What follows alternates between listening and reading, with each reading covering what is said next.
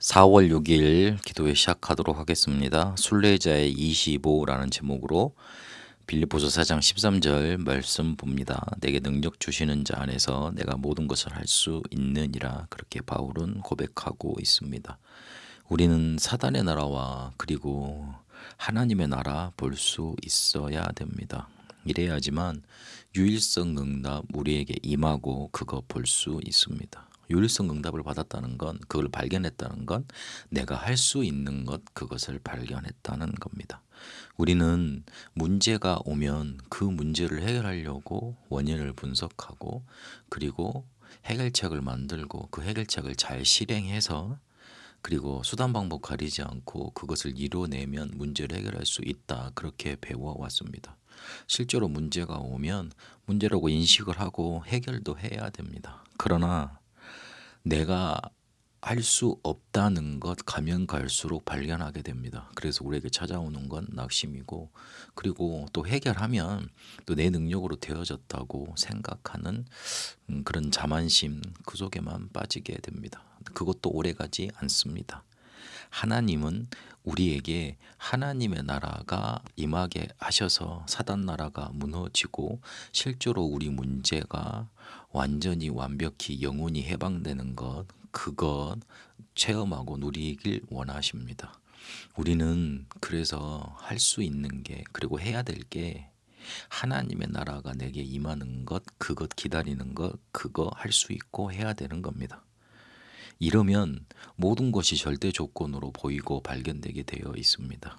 그 말은 무슨 말이냐면 감옥, 노예, 죽음, 위기가 찾아오지만 그런 것들이 세계복음화로 가는 순례자의 길로 가는 절대 조건이 되는 것으로 보이고 그리고 다른 조건이 필요 없다고 보인다는 말입니다.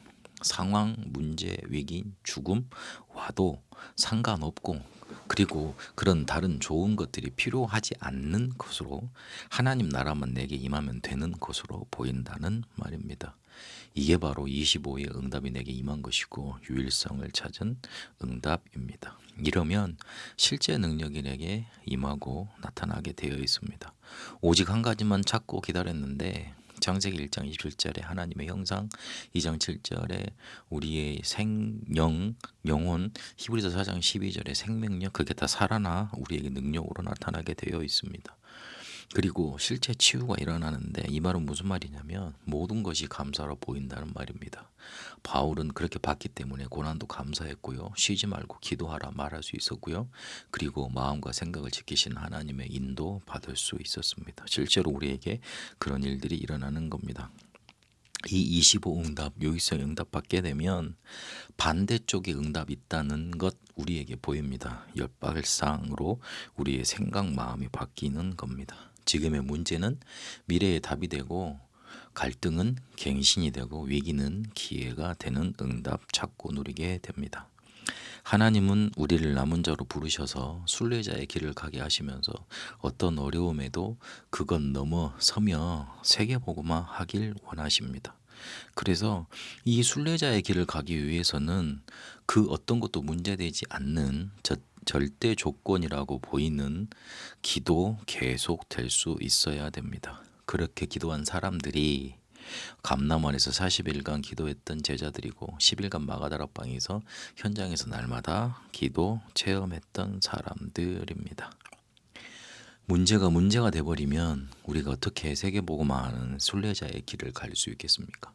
하나님은 문제가 문제되지 않도록 사단 나라 무너지는 하나님 나라 그 유일성 응답을 우리에게 약속하셨습니다. 그걸 붙잡고 인도받는 응답의 결단 있게 되시길 바랍니다. 하나님, 내가 할 수 있는 건 하나님의 나라가 내게 임하는 것, 기다리는 것 그것뿐임을 고백합니다.